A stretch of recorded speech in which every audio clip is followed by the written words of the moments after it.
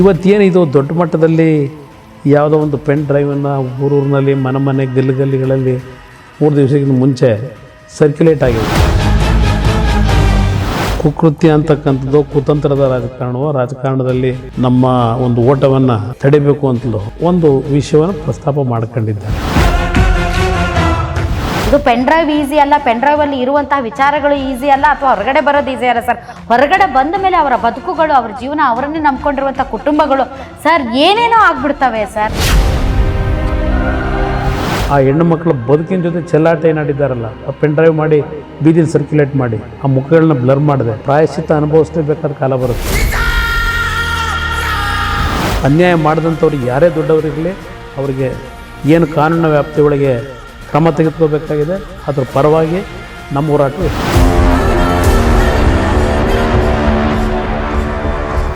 ಎದರೇನು ಹೋಗಲ್ಲ, ಇನ್ನೂ ಬದುಕಿರ್ತೀನಿ. ನಿಜವಾದ ಪೆನ್ ಡ್ರೈವ್ ಹೊರಗಡೆ ಯಾವ ಕಾರಣಕ್ಕೂ ಬಿಡೋ ಪ್ರಶ್ನೆ ಇಲ್ಲ.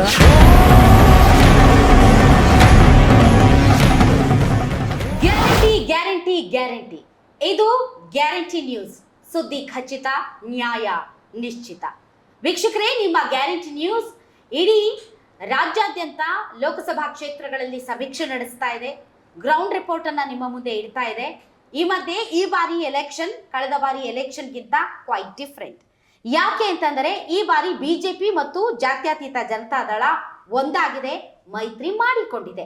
ಆ ಮೂಲಕ ಎಲ್ಲ ಲೋಕಸಭಾ ಕ್ಷೇತ್ರಗಳಲ್ಲೂ ಕೂಡ ಬಿಜೆಪಿ ಪರವಾಗಿ ಜೆಡಿಎಸ್ ಮತ್ತು ಜೆಡಿಎಸ್ ಪರವಾಗಿ ಬಿಜೆಪಿ ಪ್ರಚಾರ ಕಾರ್ಯದಲ್ಲಿ ತೊಡಗಿದೆ. ಇವತ್ತು ನಾನು ಶಿವಮೊಗ್ಗ ಲೋಕಸಭಾ ಕ್ಷೇತ್ರದಲ್ಲಿದ್ದೇನೆ. ಶಿವಮೊಗ್ಗ ಲೋಕಸಭಾ ಕ್ಷೇತ್ರದ ಮೈತ್ರಿ ಅಭ್ಯರ್ಥಿ ರಾಘವೇಂದ್ರ, BY ರಾಘವೇಂದ್ರ ಅವರು ಯಡಿಯೂರಪ್ಪನವರ ಪುತ್ರರು. ಅವರ ಪರವಾಗಿ ಮಾಜಿ ಮುಖ್ಯಮಂತ್ರಿ ಮತ್ತು ಜಾತ್ಯತೀತ ಜನತಾದಳದ ನಾಯಕರಾದಂತಹ ಕುಮಾರಸ್ವಾಮಿ ಅವರು ಪ್ರಚಾರ ಕಾರ್ಯದಲ್ಲಿ ತೊಡಗಿದ್ದಾರೆ. ತಮ್ಮ ಒಂದು ಸಂಪೂರ್ಣವಾದಂತಹ ಸಪೋರ್ಟ್ ಅನ್ನ ಬಿಜೆಪಿ ಪಕ್ಷಕ್ಕೆ ವ್ಯಕ್ತಪಡಿಸ್ತಾ ಇದ್ದಾರೆ. ಹಾಗಾದ್ರೆ ಕುಮಾರಸ್ವಾಮಿ ಅವರು ಈ ಲೋಕಸಭಾ ಕ್ಷೇತ್ರದ ಅಭ್ಯರ್ಥಿಯೂ ಕೂಡ ಹೌದು. ಮಂಡ್ಯದಿಂದ ನಾನು ಮಂಡ್ಯಕ್ಕೂ ಹೋಗಿದ್ದೆ, ತಮಗೆ ಅಲ್ಲಿನ ಒಂದು ಸಮೀಕ್ಷೆಯನ್ನ ಕೂಡ ನಿಮ್ಮ ಮುಂದೆ ಇಟ್ಟಿದ್ದೀನಿ.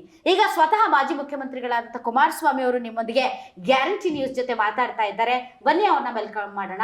ಸರ್, ತಮಗೆ ಸ್ವಾಗತ. ತಮ್ಮ ಒಂದು ಮೊಟ್ಟ ಮೊದಲ ಇಂಟರ್ವ್ಯೂ ನಮ್ಮ ಗ್ಯಾರಂಟಿ ನ್ಯೂಸ್ನಲ್ಲಿ. ಸರ್, ಹೇಗಿದೆ ಸರ್ ವಾತಾವರಣ? ಇವತ್ತು ಈಗಾಗಲೇ ಮೊದಲನೇ ಹಂತದ ಚುನಾವಣಾ ಮತದಾನ ಏನು ಸಂಪೂರ್ಣ ಆಗಿದೆ. ನನ್ನ ವೈಯಕ್ತಿಕ ಅಭಿಪ್ರಾಯದಲ್ಲಿ ಮೊದಲನೇ ಹಂತದಲ್ಲಿ 14ಕ್ಕೆ 14 ಕ್ಷೇತ್ರಗಳು ಮೈತ್ರಿ ಅಭ್ಯರ್ಥಿಗಳು, BJP JDS ಅಭ್ಯರ್ಥಿಗಳು ಗೆಲ್ತಕ್ಕಂಥ ಸಂಪೂರ್ಣವಾದಂಥ ನಂಬಿಕೆ ಇದೆ ನನಗೆ. ಅದಕ್ಕೆ ಕಾರಣ, ನಾನು ನನ್ನ ಕ್ಷೇತ್ರಕ್ಕೆ ಸೀಮಿತವಾಗದೆ ಮಂಡ್ಯ ಜಿಲ್ಲೆಗೆ 2 ಕ್ಷೇತ್ರಗಳನ್ನು ಹೊರತುಪಡಿಸಿ 12 ಕ್ಷೇತ್ರದಲ್ಲಿ ಪ್ರವಾಸ ಮಾಡಿದ್ದೇನೆ. ದಕ್ಷಿಣ ಕನ್ನಡ ಜಿಲ್ಲೆ, ಚಿಕ್ಕಮಗಳೂರು, ಉಡುಪಿ ಜಿಲ್ಲೆಯನ್ನು ಬಿಟ್ಟು ಎಲ್ಲ ಕಡೆ ಇವತ್ತು ಒಂದು ಕಡೆ ನರೇಂದ್ರ ಮೋದಿಯವರ ವರ್ಚಸ್ಸು, ಮತ್ತೊಂದು ಕಡೆ ರಾಜ್ಯದ ಒಂದು ವೈಫಲ್ಯತೆಗಳು ಮತ್ತು ಈ ಒಂದು ಮೈತ್ರಿಯ ಹಿನ್ನೆಲೆ ಜನತೆಯಲ್ಲಿ ಒಂದು ಉತ್ತಮವಾದಂಥ ಭಾವನೆ ಮೂಡಿದೆ. ಅದರಿಂದ ಇವತ್ತು ಯಾವುದೇ ರೀತಿ ಸಂಶಯಗಳಿಲ್ಲ. ಮೊದಲನೇ ಹಂತದಲ್ಲಿ 14ರಲ್ಲಿ 14 ಗೆಲ್ತಕ್ಕಂಥ ವಾತಾವರಣ ನಾವು ಕಾಣ್ತಾ ಇದ್ದೇವೆ. ಸರ್, ಒಟ್ಟಾರೆ 28 ಲೋಕಸಭಾ ಕ್ಷೇತ್ರಗಳಲ್ಲಿ ತಮ್ಮ ಪ್ರಕಾರ ಅಥವಾ ತಾವು ನಡೆಸಿರುವಂಥ ಸಮೀಕ್ಷೆಯ ಪ್ರಕಾರ ಸರ್, ಕಳೆದ ಬಾರಿ ಒಂದು JDS, ಒಂದು ಕಾಂಗ್ರೆಸ್, ಅಷ್ಟು ಬಿಟ್ಟರೆ ಉಳಿದೆಲ್ಲ ಬಿಜೆಪಿ. ಈ ಬಾರಿ ಯಾವ ರೀತಿ ಬದಲಾವಣೆ ನಿರೀಕ್ಷೆ ಮಾಡ್ತಾ ಇದ್ರಿ? ಎಷ್ಟು ಸರ್ ಕಾಂಗ್ರೆಸ್ ಡಬಲ್ ಡಿಜಿಟ್ ದಾಟುತ್ತಾ? ಅದು ಸಾಧ್ಯ ಇಲ್ಲ. ಈ ಬಾರಿ ಡಬಲ್ ಡಿಜಿಟ್ನಲ್ಲಿ ಅದು ಪ್ರಾರಂಭಿಕ ಹಂತದಲ್ಲಿ ಈ ಸರ್ಕಾರ ರಚನೆ ಆದ ನಂತರ ಅವರಲ್ಲಿ ಒಂದು ದೊಡ್ಡ ಮಟ್ಟದ ವಿಶ್ವಾಸ ಇಟ್ಟುಕೊಂಡಿದ್ದರು. ಈ ಬಾರಿ 20ಕ್ಕೂ ಹೆಚ್ಚಿನ ಸ್ಥಾನಗಳನ್ನು ಗೆಲ್ತೀವಿ ಅಂತಕ್ಕಂಥದ್ದು. ಆದರೆ ಯಾವಾಗ JDS ಮತ್ತು ಭಾರತೀಯ ಜನತಾ ಪಕ್ಷದ ಮೈತ್ರಿ ಅಂತಕ್ಕಂಥದ್ದು ಸುದ್ದಿ ಬಂತು, ಈ ಮೈತ್ರಿ 6 ತಿಂಗಳು ಮುಂಚೆನೇ ಚರ್ಚೆಗಳಾಯಿತು. ಯಾಕೆಂದರೆ ಚುನಾವಣೆಯ ಕೊನೆಯ ಹಂತದಲ್ಲಿ ಮೈತ್ರಿ ಆಗಿದ್ದರೆ ಒಂದು ರೀತಿ, ಇದು 6 ತಿಂಗಳು ಮುಂಚೆನೇ ಜನಸಾಮಾನ್ಯರಲ್ಲಿ ಒಂದು ವಿಶ್ವಾಸ ಮೂಡಿಸ್ತಕ್ಕಂಥದ್ದಕ್ಕೆ ಅನುಕೂಲ ಆಯಿತು ಮೈತ್ರಿಯ ಒಂದು ಒಪ್ಪಂದ. ಅದಾದ ನಂತರ ಕಾಂಗ್ರೆಸ್ನಲ್ಲಿ ಒಂದು ರೀತಿ ವಿಶ್ವಾಸದ ಕೊರತೆ ನಾವೇ ಕಂಡು ಜನತೆಯೂ ಕಂಡಿದ್ದಾರೆ. ಈ ಮೈತ್ರಿ ಆದಂಥ ಹಿನ್ನೆಲೆಯಲ್ಲಿ ಕಾಂಗ್ರೆಸ್ನ ಅವರ ಒಂದು ಭಾವನೆಗಳನ್ನಿತ್ತು 20ಕ್ಕೂ ಹೆಚ್ಚು ಸೀಟ್ ಗೆಲ್ತೀವಿ ಅಂತಕ್ಕಂಥದ್ದು. ಆಗ ಅವರು ಸಿಂಗಲ್ ಡಿಜಿಟಿಗೆ ಬಂದರು. ಮೊದಲು ಮೈತ್ರಿ ಆಗದೆ ಇದ್ದಿದ್ರೆ ಅವರು ಡಬಲ್ ಡಿಜಿಟ್ ಅವ್ರ ಲೆಕ್ಕಾಚಾರದಲ್ಲಿ ಸರ್, ನಿಮ್ಮ ಲೆಕ್ಕಾಚಾರ ಅಥವಾ ಇಲ್ಲಿನ ನಮ್ಮ ಲೆಕ್ಕಾಚಾರದಲ್ಲೂ ನನ್ನ ಲೆಕ್ಕಾಚಾರದಲ್ಲೂ ಮೈತ್ರಿ ಆಗೋದಕ್ಕಿಂತ ಮುಂಚೆ ಯಾವೊಂದು ಚುನಾವಣಾ ಫಲಿತಾಂಶಗಳು ಬಂತು, ವಿಧಾನಸಭೆ ಚುನಾವಣೆಯಲ್ಲಿ 136 ಸ್ಥಾನಗಳು ಕಾಂಗ್ರೆಸ್ ಏನು ಪಡೆದಿತ್ತು, ಅದರ ಹಿನ್ನೆಲೆಯಲ್ಲಿ ಕಾರ್ಯಕರ್ತರುಗಳು ಎರಡೂ ಪಕ್ಷದ ಕಾರ್ಯಕರ್ತರು ಬಿ ಜೆ ಪಿಯ ಪಕ್ಷದ ಕಾರ್ಯಕರ್ತರಲ್ಲೂ ಎಲ್ಲೋ ಒಂದು ಕಡೆ ಸೋತಂಥದ್ದು, ನಿರಾಸೆ ಮೂಡಿದಂಥದ್ದು. ಜೆ ಡಿ ಎಸ್ನಲ್ಲೂ ಅದೇ ರೀತಿಯ ಭಾವನೆ ಏನಿತ್ತು. ಎಲ್ಲರಲ್ಲೂ ಒಂದು ಏನೋ ಮುಂದಿನ ಒಂದು ಚುನಾವಣೆಗಳಲ್ಲಿ ಇನ್ನೂ ಭಾಳ ಶ್ರಮ ಹಾಕಬೇಕು, ಇವತ್ತು ನಮ್ಮ ನಿರೀಕ್ಷೆಗಳು ಮುಡ್ತೀವೋ ಇಲ್ಲೋ ಅಂತಕ್ಕಂಥ ಒಂದು ಅಪಸ್ವರಗಳು ಹೊರಟಿತ್ತು. ಯಾವಾಗ ಮೈತ್ರಿ ಅಂತಕ್ಕಂಥದ್ದು ಪ್ರಾರಂಭ ಆಯಿತು, ಎರಡೂ ಪಕ್ಷಗಳ ಕಾರ್ಯಕರ್ತರಲ್ಲಿ ಒಂದು ಉತ್ಸಾಹ ಮೂಡಿತು. ಅದರಿಂದ ಇಲ್ಲಿ ಉತ್ಸಾಹದ ಕೊರತೆಯಲ್ಲಿ ಏನು ಸಮಸ್ಯೆಗಳಿತ್ತು ಅದೆಲ್ಲ ದೂರ ಇಟ್ಟು ಕಾರ್ಯಕರ್ತರಲ್ಲಿ ಒಂದು ದೊಡ್ಡ ಮಟ್ಟದಲ್ಲಿ ಹೊಂದಾಣಿಕೆ ಮಾಡಬೇಕು, ಪರಸ್ಪರ ವಿಶ್ವಾಸದಲ್ಲಿ ಹೋಗಬೇಕು ಅಂತಕ್ಕಂಥದ್ದು ಗ್ರಾಫ್ ಏನು ಏರ್ಲಿಕ್ಕೆ ಶುರುವಾಯಿತು.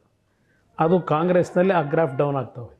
ಕಾಂಗ್ರೆಸ್ಗಳ ಗ್ಯಾರಂಟಿಯಿಂದ ಕಾಂಗ್ರೆಸ್ ನಿಜಕ್ಕೂ ಈ ಬಾರಿ ಡಬಲ್ ಡಿಜಿಟ್ ಕ್ರಾಸ್ ಆಗುತ್ತೆ ಅಂತ ಅವ್ರು ಹೇಳ್ತಾ ಇರೋದು sir. Modi guarantee versus Congress ಗ್ಯಾರಂಟಿಯಲ್ಲಿ ಕಾಂಗ್ರೆಸ್ ಗ್ಯಾರಂಟಿ ಒಂದಿದ್ದದನ್ನು ನಾವು 10 ಮಾಡ್ಕೊಳ್ತೀವಿ, ಬಿಕಾಸ್ ಜನ ಕೈ ಹಿಡಿತಾರೆ, ಅದರಲ್ಲೂ ಹೆಣ್ಮಕ್ಳು ನಮ್ಮ ಕೈ ಹಿಡಿತಾರೆ. ಇಲ್ಲ, ಇಲ್ಲಿ ಅವರ ಭಾವನೆ ಏನಿದೆ ಪ್ರಾರಂಭಿಕವಾಗಿ ಅದು ಇದ್ದಿದ್ದು ನಿಜ. ಈ ಗ್ಯಾರಂಟಿ ಸ್ಕೀಮ್ಗಳಿಂದ ವಿಶೇಷವಾಗಿ ಮಹಿಳೆಯರಿಂದ ಹೆಚ್ಚಿನ ಮತ ಪಡಿತೀವಿ ಅಂತಕ್ಕಂಥ ಭಾವನೆ ಇತ್ತು. ಆದರೆ ಈ ಸರ್ಕಾರ ಗ್ಯಾರಂಟಿಯ ಒಂದು ಕಾರ್ಯಕ್ರಮಗಳನ್ನು ಹೊರತುಪಡಿಸಿ ಎಲ್ಲ ಕಾರ್ಯಕ್ರಮಗಳನ್ನು ಬದಿಗಿಟ್ರು. ಅಭಿವೃದ್ಧಿ ಅಂತಕ್ಕಂಥದ್ದು ಶೂನ್ಯ. ಅದಷ್ಟೇ ಅಲ್ಲ, ಗ್ಯಾರಂಟಿಯ ಒಂದು ಕಾರ್ಯಕ್ರಮಗಳು ಅಂತ ಹೇಳಿ ಹಲವಾರು ರೀತಿಯ ತೆರಿಗೆಯನ್ನು ಜನಸಾಮಾನ್ಯರ ಮೇಲೆ ಆ ಹೊರೆಯನ್ನು ಹೊರಿಸ್ಲಿಕ್ಕೆ ಪ್ರಾರಂಭ ಮಾಡಿದ್ರು. ಇದೆಲ್ಲ ಒಂದು ನೆಗೆಟಿವ್ ಪ್ರಾರಂಭ ಆಯಿತು ನನ್ನ ಅಭಿಪ್ರಾಯದಲ್ಲಿ ಕಾಂಗ್ರೆಸ್ನ ವಿರುದ್ಧ. ನಂತರ ಅವರಲ್ಲಿ ವಿಶ್ವಾಸದ ಕೊರತೆ. ಅವರು ಪ್ರಥಮ ಬಾರಿಗೆ ಕಾಂಗ್ರೆಸ್ ಸ್ಪಷ್ಟವಂತವನ್ನು ಪಡೆದ ನಂತರವೂ ಅವರಲ್ಲಿ ವಿಶ್ವಾಸದ ಕೊರತೆಯಿಂದ 3 ಜನ ಉಪಮುಖ್ಯಮಂತ್ರಿಗಳು ಮಾಡದೇ ಇದ್ದರೆ ನಾವು ಲೋಕಸಭಾ ಚುನಾವಣೆಯಲ್ಲಿ ಯಶಸ್ಸು ಕಾಣಲಿಕ್ಕೆ ಸಾಧ್ಯ ಇಲ್ಲ, ಈ ರೀತಿಯ ಒಂದು ವಿಷಯಗಳನ್ನು ಅವರೇ ದೊಡ್ಡ ಮಟ್ಟದ ಪ್ರಚಾರ ಮಾಡ್ಕೊಂಡು ಹೊರಟರು. ಇದೆಲ್ಲ ನಿಮ್ಮ ಪ್ರಕಾರ ಕಾಂಗ್ರೆಸ್ ಗ್ಯಾರಂಟಿ ವರ್ಕೌಟ್ ಆಗೋದಿಲ್ವಾ ಸರ್? ಹೆಣ್ಮಕ್ಳು ಅಂಡರ್ ಕರೌಂಡ್ ಒಂದು 30% ವರ್ಕ್ ಆಗ್ಬೋದು. ಸೊ ಅದರಿಂದಲೇ ಅವರು ಕಳೆದ ಬಾರಿಗಿಂತ ಬೆಟರ್ ಪರ್ಫಾರ್ಮೆನ್ಸ್ ಬರ್ಬೋದು ಅಂತ ಅವ್ರ ನಿರೀಕ್ಷೆ ಇದೆ. ಆದರೆ ಅವ್ರಿಗೆ ಎಲ್ಲಿ ಬರಲಿಕ್ಕೆ ಸಾಧ್ಯ? ನಮ್ಮ ಎರಡೂ ಪಕ್ಷಗಳಲ್ಲಿ ಎಲ್ಲಾದರೂ ಒಂದು ಸಣ್ಣ ಪುಟ್ಟ ಲೋಪದೋಷಗಳಾದರೆ ಅದರಿಂದ ಅವ್ರು ಬರ್ಬೋದು ಒಂದು 2-3 ಸೀಟ್ಗಳು. ಇಲ್ಲದೇ ಇದ್ದರೆ ನಮ್ಮಲ್ಲಿ ಒಂದು ಹೊಂದಾಣಿಕೆ ಇರ್ಬೋದು. ಚುನಾವಣೆಯಲ್ಲಿ ಕರೆಕ್ಟಾಗಿ ನಮ್ಮ ಎರಡೂ ಪಕ್ಷಗಳ ಮುಖಂಡರುಗಳು ಎಲ್ಲಿ ಲ್ಯಾಪ್ಸಸ್ ಇದೆ ಅದನ್ನು ಸರಿಪಡಿಸ್ಕೊಂಡು ಕೆಲಸ ಮಾಡಿದ್ರೆ ಕಾಂಗ್ರೆಸ್ಸು ಇವತ್ತು ಶೂನ್ಯ ಸ್ಥಾನಕ್ಕೆ ಇಳಿತದೆ. ನನ್ನ ಅಭಿಪ್ರಾಯದಲ್ಲಿ ಕೆಲವು ಸಮಸ್ಯೆಗಳಿದೆ. ಇವತ್ತು ನಾನು ನೋಡಿದಂಥ ರೀತಿಯಲ್ಲಿ ಆರ್ಥಿಕವಾಗಿಯೂ ಕೇಂದ್ರದಲ್ಲಿ ಬಿ ಜೆ ಪಿ ಸರ್ಕಾರ ಆಳ್ತದಲ್ಲಿದ್ದರು. ಹಲವಾರು ಕ್ಷೇತ್ರಗಳಲ್ಲಿ ಈ ಮೈತ್ರಿ ಅಭ್ಯರ್ಥಿಗಳಿಗೆ ಹಣದ ಕೊರತೆಯೂ ಇದೆ. ಹೊರನೋಟಕ್ಕೆ ಬಿ ಜೆ ಪಿ ಸರ್ಕಾರ ಇದೆ, ಬಿ ಜೆ ಪಿಯಿಂದ ಆರ್ಥಿಕ ಪಾರ್ಟಿ ಅಲ್ವಾ ಸರ್ ಅನ್ನೋದು ಇದೆ ಹೊರನೋಟಕ್ಕೆ. ಆದರೆ ನನಗೆ ಇಲ್ಲಿ ಮೈತ್ರಿಯನ್ನು ಮಾಡ್ಕೊಂಡ ನಂತರ ಹಲವಾರು ಕ್ಷೇತ್ರಗಳಲ್ಲಿ ಅಭ್ಯರ್ಥಿಗಳೇನು ಸ್ಪರ್ಧೆ ಮಾಡಿದ್ದಾರೆ. ಬಿ ಜೆ ಪಿ ಪಕ್ಷದಿಂದ ದೊಡ್ಡ ಮಟ್ಟದ ನಿರೀಕ್ಷೆಗಳೇನು ಇಟ್ಟಿದ್ರು, ಆ ನಿರೀಕ್ಷೆಗಳಲ್ಲಿ ಬಿ ಜೆ ಪಿಯಲ್ಲಿ ಇವತ್ತು ನರೇಂದ್ರ ಮೋದಿಯವರು ಇರ್ಬೋದು, ಅಲ್ಲಿ ಜನಸಾಮಾನ್ಯರಲ್ಲಿ ಯಾವುದೇ ರೀತಿಯ ಒಂದು ಅಪಸ್ವರಗಳು ಬರಬಾರ್ದು, ಈ ಭ್ರಷ್ಟಾಚಾರದ ಬಗ್ಗೆ, ಹಣ ಹಂಚಿಕೆ ವಿಷಯದಲ್ಲಿ ಅಂತಕ್ಕಂಥದ್ದು ಬಿ ಜೆ ಪಿನಲ್ಲಿ ಒಂದು ಸ್ಪಷ್ಟತೆ ಇದನ್ನು ನಾನು ಕಾಣ್ತಾ ಇದ್ದೇನೆ. ಅದು ಎಲ್ಲೋ ಒಂದು ಕಡೆ ಕೆಲವು ಅಭ್ಯರ್ಥಿಗಳಿಗೆ ಗೆಲುವಿಗೆ ಸ್ವಲ್ಪ ಸಮಸ್ಯೆ ಆಗ್ಬೋದು.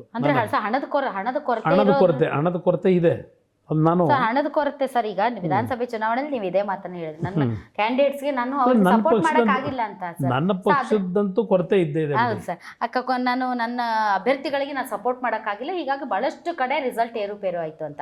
ಸೊ ಅದೇ ರೀತಿ ಇವತ್ತು ನೀವು ಹೇಳ್ತಾ ಇದ್ರೆ ಲೋಕಸಭೆ ಚುನಾವಣೆಯಲ್ಲೂ ಕೂಡ ಮೈತ್ರಿ ಅಭ್ಯರ್ಥಿಗಳಿಗೆ ಹಣದ ಕೊರತೆಯಿಂದ ಏನಾದರೂ ಒಂದು ಸ್ವಲ್ಪ ಹಿಂದೇಟ ಆಗಬಹುದು ಅಂತ. ಸೊ ಅದು 1-2 ಸ್ಥಾನದಲ್ಲಿ ಆಗ್ಬೋದು. ಓಕೆ. ಸೊ ನಿಮ್ಮ ಪ್ರಕಾರ ಸರ್, ನಾನು ಕೇಳ್ತಾ ಇರೋದು ಸ್ಟ್ರೈಟ್ ಕ್ವಶನು, ಎಷ್ಟು BJP JDS ಮೈತ್ರಿಗೆ, ಎಷ್ಟು ಕಾಂಗ್ರೆಸ್ಗೆ ಅನ್ಸುತ್ತೆ ಸರ್? ನನ್ನ ಅಭಿಪ್ರಾಯದಲ್ಲಿ 25ಕ್ಕಿಂತನೂ ಮೇಲಿರುತ್ತೆ ಹೊರತು 25 ಹೊರಗಿರಲ್ಲ ಸರ್. ಈಗ ಡೆಫಿನೆಟ್ಲಿ ಮಂಡ್ಯದಲ್ಲಿ ನಿಮಗೆ ತುಂಬ ಸ್ಕೋಪ್ ಇದೆ, ಎಡ್ಜ್ ಇದೆ, ಮೈಲೇಜ್ ಇದೆ. ಸೊ ಮಂಡ್ಯದಲ್ಲಿ ಗೆದ್ರೆ ಕುಮಾರಸ್ವಾಮಿ ಅವರು ಕೇಂದ್ರದಲ್ಲಿ ಮಂತ್ರಿ ಆಗ್ತಾರೆ, ಮಂಡ್ಯಗೂ ಹೆಲ್ಪ್ ಆಗುತ್ತೆ ಮತ್ತು ಕರ್ನಾಟಕಕ್ಕೂ ಹೆಲ್ಪ್ ಆಗುತ್ತೆ ಅನ್ನುವಂಥ ವಿಚಾರಗಳು ಹರಿದಾಡ್ತಾ ಇದೆ ಸರ್. ಅದು ಕನ್ನಡಿಗರಲ್ಲಿ ಮತದಾರರಲ್ಲಿ ಭಾವನೆ ಇದೆ, ಎರಡೂ ಪಕ್ಷಗಳ ಕಾರ್ಯಕರ್ತರಲ್ಲೂ ಆ ಭಾವನೆ ಇದೆ. ಕುಮಾರಸ್ವಾಮಿ ಕೇಂದ್ರದಲ್ಲಿ ಮಂತ್ರಿಗಳಾಗ್ಬೋದು ಅಂತ ಹೇಳಿ ಅದು ಅವ್ರ ಭಾವನೆಗಳು. ನಾನು ಅದ್ರ ಬಗ್ಗೆ ಈ ಕ್ಷಣದವರೆಗೆ ನಾನು ಮಂತ್ರಿ ಆಗಬೇಕು ಅಂತಕ್ಕಂಥ ಒಂದು ಹಂಬಲದಲ್ಲಿಲ್ಲ. ಆದರೆ ಅದನ್ನೇ ನಾನು ಹೇಳ್ತಾ ಇರೋದು. ಅದು ಎಲ್ಲೋದ್ರೂ ಜನಗಳೆಲ್ಲ ಭಾವನೆ ಇದೆ. ಆದರೆ ನಾನು ವೈಯಕ್ತಿಕವಾಗಿ ಹೇಳೋದಾದರೆ ನನ್ನ ಒಂದು ಗುರಿ 28ಕ್ಕೆ 28 ಗೆಲ್ಲಬೇಕು. ಹ್ಮ್. ಆ ಒಂದು ಇದರಲ್ಲಿ ನನ್ನ ಗಮನ ಇದೆಯೇ ಹೊರತು ನಾನು ಮಂತ್ರಿ ಆಗಲಿಕ್ಕೆ ಏನಾದರೂ ಮ್ಯಾನಿಪುಲೇಷನ್ ಮಾಡಬೇಕು ಆ ಥರ ಯಾವುದೂ ಇಲ್ಲ. ಅಲ್ಲ ಸರ್, ನೀವು ಮ್ಯಾನಿಪುಲೇಷನ್ ಅಲ್ಲ ಸರ್, ನನಗೆ ಅದಲ್ಲ ಸರ್, ಜನರಿಗೆ ಅದು ಒಂದು ಜನರಿಗೆ ನಿರೀಕ್ಷೆ ಇದೆ ಸರ್. ಯಾಕೆ ಅಂತಂದ್ರೆ ಸರ್, ನಿಮಗೆ ಗೊತ್ತಿದೆ, ನೀವು ಇದನ್ನ ಸಿಕ್ಕಾಪಟ್ಟೆ ಸರಿ, ನೀವು ಬಿಜೆಪಿ ಜೊತೆ ಮೈತ್ರಿ ಮಾಡ್ಕೊಳ್ಳೋದಕ್ಕಿಂತ ಮುಂಚೆ ನೀವು ಹಲವಾರು ವೇದಿಕೆಗಳಲ್ಲಿ ಸ್ಪಷ್ಟವಾಗಿ ರಾಜ್ಯ ಜನರ ಮುಂದೆ ಮಾತಾಡಿದ್ದೀರಾ. ಮೋದಿ ಅವರ ಎದುರುಗಡೆ ಮಾತಾಡ್ತಾ ಇಲ್ಲ ಯಾರು ಎಂಪಿಗಳು. ರಾಜ್ಯಕ್ಕೆ ಆಗಬೇಕಾಗಿರುವಂತಹ ಕೆಲಸ ಕಾರ್ಯಗಳು, ಯೋಜನೆಗಳು ಅಥವಾ ಅನುದಾನಗಳು ಅಥವಾ ಇನ್ ಎವ್ರಿ ಆಸ್ಪೆಕ್ಟ್ ಸರ್, ಕರ್ನಾಟಕದ ಪರವಾಗಿ ಧ್ವನಿ ಎತ್ತೋರು ಬೇಕು ಅಂತ. ಸೊ ಕುಮಾರಸ್ವಾಮಿ ಅವರ ಆಯ್ಕೆ ಆದರೆ ಡೆಫಿನೆಟ್ಲಿ ವಿ ಬಿಲೀವ್ ನಿಮ್ಮ ಆತ್ಮಸಾಕ್ಷಿ ಒಪ್ಕೊಳ್ಳೋದಿಲ್ಲ. ನೀವು ಯಾವ ಪಾರ್ಟಿ ಜೊತೆಗಾದ್ರೂ ಹೊಂದಾಣಿಕೆ ಮಾಡ್ಕೊಳ್ಳಿ, ನಿಮ್ಮ ಆತ್ಮಸಾಕ್ಷಿ ಒಪ್ಕೊಳ್ಳಲ್ಲ. ಅದು ಕರ್ನಾಟಕದ ವಿಚಾರಕ್ಕೆ ಬಂದಾಗ. ಹಾಗಾಗಿನೇ ನೀವು ಆ ಉನ್ನತ ಸ್ಥಾನಕ್ಕೆ ಹೋಗ್ಬೇಕು ಅಂತ ಜನ ಬಯಸ್ತಾ ಇದ್ದಾರೆ. ಆ ಕಮಿಟ್ಮೆಂಟ್ ನೀವು ಕೂಡ ಜನರಿಗೆ ಕೊಡ್ಬೇಕಾಗುತ್ತೆ. ಇಲ್ಲ, ಜನಗಳೆಲ್ಲ ಭಾವನೆ ಏನಿದೆ, ನಾನಿವತ್ತು ಮೈತ್ರಿ ಮಾಡ್ಕೊಂಡಿರ್ತಕ್ಕಂಥ ಉದ್ದೇಶವೇ ರಾಜ್ಯಕ್ಕೆ ಆಗಿರ್ತಕ್ಕಂಥ ಹಲವಾರು ಅನ್ಯಾಯಗಳೇನಿದೆ, ನಮ್ಮ ಹಕ್ಕುಗಳನ್ನು ಪಡೆಯತಕ್ಕಂಥದ್ರಲ್ಲಿ, ಅದು ನೀರಾವರಿ ಕ್ಷೇತ್ರ ಇರ್ಬೋದು, ಅಭಿವೃದ್ಧಿಗೆ ಕೆಲವು ವಿಷಯಕ್ಕೆ ಸಂಬಂಧಪಟ್ಟಾಗೆ ಸಮಸ್ಯೆಗಳೇನಿದೆ, ಆ ಸಮಸ್ಯೆಗಳನ್ನು ಬಗೆಹರಿಸಬೇಕು, ನಮ್ಮ ರಾಜ್ಯಕ್ಕೆ ಆಗಿರ್ತಕ್ಕಂಥ ಅನ್ಯಾಯಗಳನ್ನು ಸರಿಪಡಿಸಬೇಕು ಅಂತಕ್ಕಂಥದ್ದು ಉದ್ದೇಶವೇ ಈ ಮೈತ್ರಿಗೆ ನಾವು ಒಪ್ಪಂದ ಮಾಡ್ಕೊಂಡಿರ್ತಕ್ಕಂಥದ್ದು. ಅದರಲ್ಲಿ ಯಾವ ಸಂಶಯ ಬೇಡ. ನಮ್ಮ ನಾಡಿನ ಜನತೆಗೆ ಧ್ವನಿಯಾಗಿ ನಮ್ಮ ನಾಡಿನ ಜನತೆಯ ಸಮಸ್ಯೆಗಳನ್ನು ಬಗೆಹರಿಸಲಿಕ್ಕೆ BJPಯ ಸ್ನೇಹಿತರುಗಳ ಜೊತೆನೂ ಅವ್ರಿಗೂ ಒಂದು ಆತ್ಮಸ್ಥೈರ್ಯ ತುಂಬಿ ಕೆಲಸವನ್ನು ಮಾಡ್ತಕ್ಕಂಥದ್ದು ಹಿಂದೆ ಸರಿಯಲ್ಲ. ಸರ್, ಈಗ ನಾವು ಲೋಕಸಭಾ ಚುನಾವಣೆ ನಡೀತಾ ಇರೋದ್ರಿಂದ ಸರ್, ನಾವು ರಾಜ್ಯದ ವಿಚಾರಗಳು, ಅಭಿವೃದ್ಧಿಯ ವಿಚಾರಗಳು, ಸಮಸ್ಯೆಗಳು, ಲೋಕಸಭಾ ಕ್ಷೇತ್ರಗಳಲ್ಲಿ ಎಲ್ಲಿ ಫೈಟ್ ಇದೆ, ಎಲ್ಲಿ ಫೈಟ್ ಇಲ್ಲ, ಏನಾಗುತ್ತೆ, ಏನು, ಈ ರಾಜಕೀಯ ವಿಚಾರಗಳನ್ನು ಮಾತಾಡಬೇಕಾಗಿತ್ತು. ಆದರೆ ಕಳೆದ ಒಂದು ವಾರದಿಂದ ಸರ್, ನೀವು ಹೋದಲ್ಲಿ ಬಂದಲ್ಲಿ ತಮಗೆ ಎದುರಾಗ್ತಿರುವಂಥ ಪ್ರಶ್ನೆಗಳೇ ಬೇರೆ ಸರ್. ಆ ಪ್ರಶ್ನೆಗಳನ್ನು ಕೇಳಿ ನಿಮಗೆ ಮುಜುಗರವನ್ನು ವ್ಯಕ್ತಪಡಿಸಬೇಕು ಅಥವಾ ಆ ಪ್ರಶ್ನೆಗಳನ್ನು ಕೇಳಿ ತಮ್ಮ ಹತ್ರ ಕ್ಲಾರಿಟಿ ತಗೊಳ್ಬೇಕು ಅನ್ನುವಂತಹ ಗೊಂದಲದಲ್ಲಿ ನಾನು ಇದ್ದೀನಿ sir. I am sorry to say this sir. Because ತಮ್ಮನ್ನ ಬಲ್ಲವರು, ತಮ್ಮ ಪಕ್ಷವನ್ನು ಬಲ್ಲವರು, ಪ್ರತಿಯೊಂದು ಹಳ್ಳಿ ಕುಗ್ರಾಮಗಳಲ್ಲಿ ತಮ್ಮ ಪಕ್ಷದ ಕಾರ್ಯಕರ್ತರಿದ್ದಾರೆ sir. They still love you. ಇವತ್ತು ಕೂಡ ನೀವು ಬಂದಾಗ ಜನರ ಒಂದು ಪ್ರತಿಕ್ರಿಯೆ ನೋಡಿದಾಗ ಸರ್, ನಿಜಕ್ಕೂ ಅದು ವಿಸಿಬಲ್ ಇದೆ ಸರ್. ತಾವು ತುಂಬ ಮುಜುಗರಕ್ಕೆ ಒಳಗಾಗ್ತಿದ್ದೀರಾ. ಇಲ್ಲ, ಈಗ ಈ ಕಳೆದ ಚುನಾವಣೆಯ ಮೊದಲನೇ ಅಂತ ಮತದಾನದ 3 ದಿನಗಳ ಮುಂಚೆ ಕೆಲವು ವ್ಯಕ್ತಿಗಳ ಒಂದು ಕುಕೃತ್ಯ ಅಂತಕ್ಕಂಥದ್ದು, ಕುತಂತ್ರದ ರಾಜಕಾರಣದಲ್ಲಿ ನಮ್ಮ ಒಂದು ಓಟವನ್ನು ತಡಿಬೇಕು ಅಂತಲೂ ಒಂದು ವಿಷಯವನ್ನು ಪ್ರಸ್ತಾಪ ಮಾಡ್ಕೊಂಡಿದ್ದಾರೆ. ಅದರಲ್ಲಿ ವಿಶೇಷವಾಗಿ ನಮ್ಮಲ್ಲೇ ಇರ್ತಕ್ಕಂಥ ಹಾಸನದ ನಮ್ಮ ಅಭ್ಯರ್ಥಿ ಬಗ್ಗೆ, ರೇವಣ್ಣವರ ಪುತ್ರನ ಬಗ್ಗೆ. ಇದು ಯಾತಕ್ಕೆ 3 ದಿನಗಳಿಗಿಂತ ಮುಂಚೆ ಬಂತು, ಚುನಾವಣಾ ಮತದಾನಕ್ಕಿಂತ ಮುಂಚೆ, ಇದು ನಮ್ಮನ್ನು ಕಾಡ್ತಾ ಇರತಕ್ಕಂಥದ್ದು. ಇಲ್ಲಿ ನನ್ನ ಪ್ರಶ್ನೆ, ನಾವು ನಮ್ಮ ತಂದೆಯವರಾಗಲಿ ನಾನಾಗಲಿ ನಾವು ರಾಜಕಾರಣಕ್ಕೆ ಬಂದಂಥ ದಿನ ಇರ್ಬೋದು, ರಾಜಕೀಯಕ್ಕೆ ಬರೋದಕ್ಕಿಂತ ಮುಂಚೆನೂ ನಮ್ಮ ಹತ್ರ ಬರ್ತಕ್ಕಂಥ ಬಡತನದಲ್ಲೋ ಇಲ್ಲ ಮತ್ತಿನ್ಯಾವುದೋ ಸಮಸ್ಯೆಗಳನ್ನು ಎದುರಿಸಿ ಬಂದಾಗ ಅವರ ಕಷ್ಟ ಸುಖಗಳನ್ನು ಬಗೆಹರಿಸ್ತಕ್ಕಂಥದ್ರಲ್ಲಿ ಲಕ್ಷಾಂತರ ಕುಟುಂಬಗಳಿಗೆ ಸಹಾಯ ಮಾಡಿರ್ತಕ್ಕಂಥ ಕುಟುಂಬ ನಮ್ಮ ತಂದೆ ಆಗಲಿ ನಾನಾಗಲಿ. ಇವತ್ತು ಇಂಥ ಒಂದು ಹಿನ್ನೆಲೆ ಇರ್ತಕ್ಕಂಥ ನಮ್ಮ ಕುಟುಂಬಕ್ಕೆ ಒಂದು ಮುಜುಗರ ತರತಕ್ಕಂಥ ಒಂದು ವಿಷಯ ಇವತ್ತು ಮುನ್ನಡೆಗೆ ಬಂದಿದೆ. ಅದರಲ್ಲಿ ಯಾವ ಸಂಶಯ ಇಲ್ಲ. ಆದರೂ ಒಂದು ನಾನು ಹೇಳ್ತೇನೆ, ಈ ಮುಜುಗರ ಅಂತಕ್ಕಂಥದ್ದು ಇದ್ದರೂ ನಮ್ಮಲ್ಲಿ ಆ ನೈತಿಕತೆ ಅಂತಕ್ಕಂಥ ಉಳಿಸ್ಕೊಂಡಿದ್ದೇವೆ. ನಾವು ಯಾರಿಗೂ ಅನ್ಯಾಯ ಮಾಡ್ತಕ್ಕಂಥ ಕೆಲಸಕ್ಕೆ ನಾವು ಹೋಗಿಲ್ಲ. ಇವತ್ತೇನಿದು ದೊಡ್ಡ ಮಟ್ಟದಲ್ಲಿ ಯಾವುದೋ ಒಂದು ಪೆನ್ ಡ್ರೈವನ್ನು ಊರೂರಿನಲ್ಲಿ ಮನೆ ಗಲ್ಲಿಗಳಲ್ಲಿ 3 ದಿವಸಕ್ಕಿಂತ ಮುಂಚೆ ಸರ್ಕ್ಯುಲೇಟ್ ಆಗಿದೆ. ಇದರ ಹಿಂದೆ ಇರ್ತಕ್ಕಂಥವ್ರು ಯಾರು? ಇದು ಒಂದು ಭಾಗ. ಅದು ಹೊರಗೆ ಬರಬೇಕಲ್ಲ. ಯಾತಕ್ಕೆ ಈ ರೀತಿ ಇಲ್ಲಿ ಟೈಮಿಂಗ್ನಲ್ಲಿ ಯಾತಕ್ಕೆ ಬಂತಿದ್ದು? ಇದು ನಡೆದಂಥದ್ದು ಬಹುಶಃ ಆ ಪ್ರಕರಣಗಳನ್ನು ನೋಡಿದಾಗ ಒಂದು 8-10 ವರ್ಷದಿಂದಲೇ ನಡೆದಿರ್ತಕ್ಕಂಥದ್ದು ಅನ್ನೋದು ಚರ್ಚೆ ನಡೀತಿದೆ ಈಗ. ಇಲ್ಲಿ ನನ್ನ ಪ್ರಶ್ನೆ, ಪ್ರಾರಂಭಿಕ ಹಂತದಲ್ಲೇ ಈ ರೀತಿಯ ಒಂದು ಚಟುವಟಿಕೆ ಇರತಕ್ಕಂಥದ್ದು ಸಾರ್ವಜನಿಕವಾಗಿ ಬಂದಿರೋ, ನಮ್ಮ ಗಮನಕ್ಕೆ ಬಂದಿದ್ದರು, ಇದನ್ನು ಸರಿಪಡಿಸ್ಲಿಕ್ಕೆ ಅವಕಾಶ ಇತ್ತು. ಇದು ನಮಗೂ ಗೊತ್ತಿಲ್ಲ. ಈ ರೀತಿ ಒಂದು ಸಡನ್ನಾಗಿ 3 ದಿವಸಗಳ ಮುಂಚೆ ಬಂದಂಥದ್ದೇನಿದೆ, ಅದನ್ನು ರಾಜಕೀಯವಾಗಿ ನಮ್ಮ ಒಂದು ವರ್ಚಸ್ಸನ್ನು ಕುಗ್ಗಿಸಬೇಕು ಅಂತಕ್ಕಂಥ ಉದ್ದೇಶ ಇದೆ ಅಲ್ಲಿ. ಅವರಿಗೆ ಈ ಪ್ರಕರಣದಲ್ಲಿ ಸಿಲುಕಿರ್ತಕ್ಕಂಥ ಹಲವಾರು ಅಮಾಯಕರು, ಹೆಣ್ಮಕ್ಳು, ಅವರಿಗೆ ರಕ್ಷಣೆ ಕೊಡಬೇಕು ಅನ್ನೋದು ಅವರಲ್ಲಿಲ್ಲ ಉದ್ದೇಶ. ಇದು ನನ್ನ ಮನಸ್ಸಿಗೆ ನಾವು ಇರೋದಾಗತ್ತೆ. ತಪ್ಪು ಯಾರೇ ಮಾಡಿದ್ರು ಇವತ್ತು ಪ್ರಜ್ವಲ್ ಅವ್ರ ವಿಷಯವನ್ನು ಏನು ಮುನ್ನೆಲೆಗೆ ತಂದಿದ್ದಾರೆ, ತಪ್ಪು ಮಾಡಿರ್ತಕ್ಕಂಥದ್ದು ಅದರ ಸತ್ಯ ಇದ್ದರೆ ನಾವು ಪ್ರಥಮವಾಗಿ ಹೇಳ್ತೇವೆ, ಈ ನಾಡಿನ ತಂದೆ ತಾಯಂದಿರಿಗೆ, ವಿಶೇಷವಾಗಿ ನನ್ನ ತಾಯಂದಿರು ಸಹೋದರಿಯರಿಗೆ ಹೇಳ್ತೇನೆ, ತಪ್ಪು ಮಾಡಿರ್ತಕ್ಕಂಥದ್ದು ಸಾಬೀತಾದರೆ ಈ ನೆಲದ ಕಾನೂನಲ್ಲಿ ಯಾವ ರೀತಿಯ ಶಿಕ್ಷೆ ಆಗಬೇಕು, ಆ ಶಿಕ್ಷೆಯನ್ನು ಕೊಡಬೇಕು ಅಂತಕ್ಕಂಥದ್ದು ಆಗ್ರಹಪಡಿಸ್ತಕ್ಕಂಥದ್ದು ಮೊದಲನೇ ಸ್ಥಾನದಲ್ಲಿದ್ದೇವೆ ಸರ್. ನಿಮ್ಮದು ಇದರಲ್ಲಿ ಯಾವುದೇ ಯಾರಿಗೂ ರಕ್ಷಣೆ ಮಾಡತಕ್ಕಂಥ ಪ್ರಶ್ನೆ ಇಲ್ಲ. ಸತ್ಯಾಂಶ ಹೊರಗೆ ಬರಬೇಕು ಸರ್. ನಿಮ್ಮದು ಒಂದು ಹೆಂಗರಳು ಸರ್, ಐ ನೋ ಇಟ್. ಈಗ ಈ ಒಂದು ಪ್ರಕರಣದಲ್ಲಿ ಸರ್ ವಿಕ್ಟಿಮ್ಸ್ ಯಾರು ಅಂದರೆ ಹೆಣ್ಮಕ್ಳು ಸರ್. ಈಗ ಈ ಪೆನ್ ಡ್ರೈವ್ಗಳು ಓಡಾಡೋದ್ರಿಂದ ಸರ್ ಮತ್ತೆ ವಿಕ್ಟಿಮ್ಗಳಾಗಿ ಜೀವನ ಬರ್ಬಾದಾಗಿ ಅವರಿಗೆ ಏನು ಜೀವನದಲ್ಲಿ ಮುಂದೆ ಹೋಗೋಕ್ಕೂ ಕೂಡ ಅವಕಾಶ ಇಲ್ಲದೆ ಇರೋ ರೀತಿ ಸಮಾಜ ಅವರನ್ನು ನೋಡೋ ದೃಷ್ಟಿ ಇದೆಯಲ್ಲ ಸರ್, ಅದರಿಂದ ಅವ್ರು ತಪ್ಪಿಸ್ಕೊಳ್ಳೋಕೆ ಸಾಧ್ಯನೇ ಇಲ್ಲ. ಅಲ್ಲೂ ಕೂಡ ಹೆಣ್ಮಕ್ಳೇ ಮತ್ತೆ ವಿಕ್ಟಿಮ್ಗಳಾಗ್ತಾರೆ ಸರ್. ಇದು ಪೆನ್ ಡ್ರೈವ್ ಈಸಿ ಅಲ್ಲ, ಪೆನ್ ಡ್ರೈವಲ್ಲಿ ಇರುವಂತಹ ವಿಚಾರಗಳು ಈಸಿ ಅಲ್ಲ, ಅಥವಾ ಹೊರಗಡೆ ಬರೋದು ಈಸಿ ಅಲ್ಲ ಸರ್. ಹೊರಗಡೆ ಬಂದ ಮೇಲೆ ಅವರ ಬದುಕುಗಳು, ಅವ್ರ ಜೀವನ, ಅವರನ್ನೇ ನಂಬ್ಕೊಂಡಿರುವಂಥ ಕುಟುಂಬಗಳು ಸರ್ ಏನೇನೋ ಆಗ್ಬಿಡ್ತವೆ ಸರ್. ಸೊ ಅದನ್ನು ಕೂಡ ನಾವು ಯೋಚನೆ ಮಾಡಬೇಕಾಗುತ್ತೆ. ಬಟ್ ಒಂದಂತೂ ಸತ್ಯ ಸರ್, ನೀವು ಈ ವಿಚಾರದಲ್ಲಿ ಯಾರ ಪರನೂ ಇಲ್ಲ, ಹೌದಾ? ಯಾವ ಕಾರಣಕ್ಕೂ ಇಲ್ಲ, ಮತ್ತು ಯಾವ ಕಾರಣಕ್ಕೂ ಇಲ್ಲ. ನಾನು ಯಾರ ಪರ ಇದ್ದೇನೆ ಅಂದರೆ ಇದರಲ್ಲಿ ನೊಂದಿತರೇನಿದ್ದಾರೆ ಹೆಣ್ಣು ಮಕ್ಕಳು. ಇದನ್ನು ಇವತ್ತು ನಾನು ಆ ಮಹಾನುಭಾವರುಗಳು ಈ ವಿಶ್ವವನ್ನು ಏನು 3 ದಿವಸಗಳ ಹಿಂದೆ ಆ ಮುಖಗಳನ್ನು ತೋರಿಸಿದ್ದಾರಲ್ಲ, ಕರೆಕ್ಟ್ ಸರ್. ಅದು ಬಹುಶಃ ಅವರಿಗೆ ಬುದ್ಧಿ ಕೊಟ್ಟು ದೇವರು ಅವ್ರ ಮುಖಗಳನ್ನಾದರೂ ಬ್ಲರ್ ಆದರೂ ಮಾಡಿ ಅದೇನು ಬೇಕು ಮಾಡಿದರೆ ನಂದು ಅದು ನಾನು ಮೆಚ್ಕೋತಿದ್ದೆ. ಆದರೆ ಆ ಮುಖಗಳನ್ನು ತೋರಿಸಿ ಅವ್ರ ಬದುಕನ್ನು ಹಾಳು ಮಾಡಿದ್ದಾರೆ. ಇಲ್ಲಿ ಪ್ರಜ್ವಲ್ದು ಸತ್ಯಾಸತ್ಯತೆ ಬಂದ ಮೇಲೆ ಅವನು ಮಾಡಿರ್ತಕ್ಕಂಥದ್ದು ಸತ್ಯವೇ ಆಗಿದ್ದರೆ ಯಾವ ಕ್ರಮದಾಗಬೇಕು ಆಗಲೇಬೇಕು ಅಂತಕ್ಕಂಥದ್ದು ಹೇಳೋನು ನಾನು, ವಹಿಸ್ಕೊಳ್ಳೋ ಪ್ರಶ್ನೆ ಇಲ್ಲ. ಆದರೆ ನನ್ನ ಕನ್ಸರ್ನ್ ಇರ್ತಕ್ಕಂಥದ್ದು ಇಂಥ ಒಂದು ಪ್ರಕರಣವನ್ನು ಯಾವ ವ್ಯಕ್ತಿಗಳು ಮಾಡಿದ್ದಾರೆ, ಅವರ ಆ ಕೃತ್ಯ ಇದಕ್ಕಿಂತಲೂ ದೊಡ್ಡ ಅಪರಾಧ ಇದೆ, ಇದಕ್ಕಿಂತಲೂ ಅಪರಾಧ ಇದೆ.